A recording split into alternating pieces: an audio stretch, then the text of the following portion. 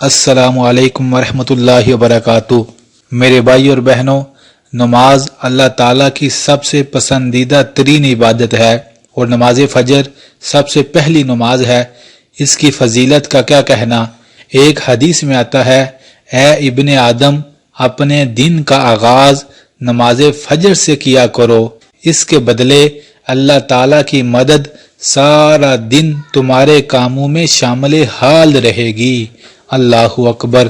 صرف ایک فجر کی نماز پڑھنے پر آپ دن میں جتنے بھی کام کریں گے، اللہ کی خاص مدد، خاص رہنمائی، خاص حکمت جو آپ کو عطا کی جائے گی، وہ آپ کے کاموں میں رہے گی۔ تو میرے بھائی اور بہنوں، سارا دن ہم کتنی کوششیں کرتے ہیں، یہ کام کروں نہ کروں، یہ کام کیسے مکمل ہوگا۔ اگر آپ صرف فجر کی نماز پڑھ لیں تو آپ کے سارے کاموں میں اللہ تعالیٰ کی خاص مدد شامل حال ہو جائے گی اور دن بڑا سکون کے ساتھ گزرے گا۔ اور نماز فجر پڑھنے کا دوسرا سب سے بڑا فائدہ یہ ہے، اگر کوئی انسان دن کا آغاز نماز فجر سے کرتا ہے اور اس دن وہ فوت ہو جاتا ہے تو قبر میں جب رکھا جائے گا تو قبر بھی کہے گی، یہ وہ خوش نصیب انسان ہے جس نے آج کے دن کا آغاز بھی نماز فجر سے سجدے سے کیا تھا۔ پھر سوچیں اس پر قبر میں کتنی رحمتیں ہوں گی، اس کی قبر کتنی پر نور ہو جائے گی۔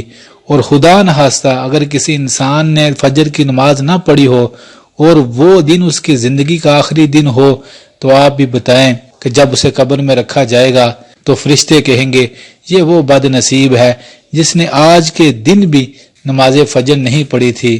پھر آپ بتائیں اس بندے کے ساتھ کتنا سختی کا معاملہ ہوگا۔ تو لہٰذا قصہ مختصر میرے بھائی اور بہنوں، اگر آپ فجر کی نماز پڑھتے ہیں، سارا دن اللہ آپ کے کاموں کو بناتے رہیں گے، سنوارتے رہیں گے۔ اور دوسرا فائدہ، اگر خدا نخواستہ زندگی کا آخری دن ہوا تو انشاءاللہ قبر میں بڑی رحمتیں، بڑی برکتوں سے اللہ تعالیٰ نوازیں گے۔ تو ضرور اپنے دن کا آغاز نماز فجر سے کیا کریں۔ 10 منٹ لگیں گے، کوئی زندگی کے کام نہیں رکیں گے، کوئی نیند میں کمی نہیں آئے گی، نماز پڑھ کر پھر سو جایا کریں، رب راضی ہو جائے گا۔ اللہ ہم سب کو اپنے دن کا آغاز سجدے سے کرنے والا بنا دے، آمین ثم آمین۔